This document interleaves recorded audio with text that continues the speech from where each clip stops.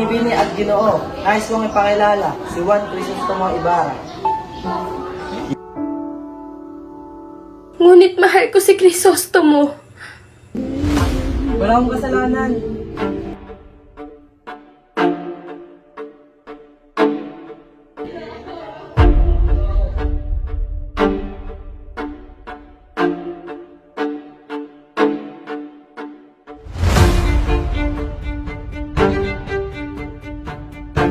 Lisa, Maparini, andito yung mga anak.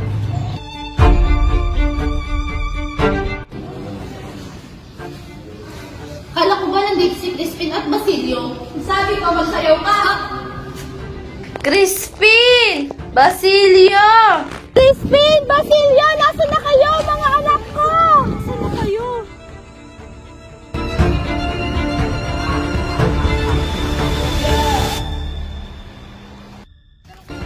Hindi mo ba naisip ang aking reputasyon?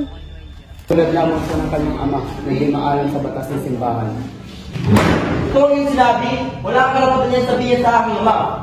Aming tao! Napakagulo! At nagkataoy, nandun si Doña Konsolasyon! Abay, sumimangot at dumuraba naman sa harap ko! Basilio!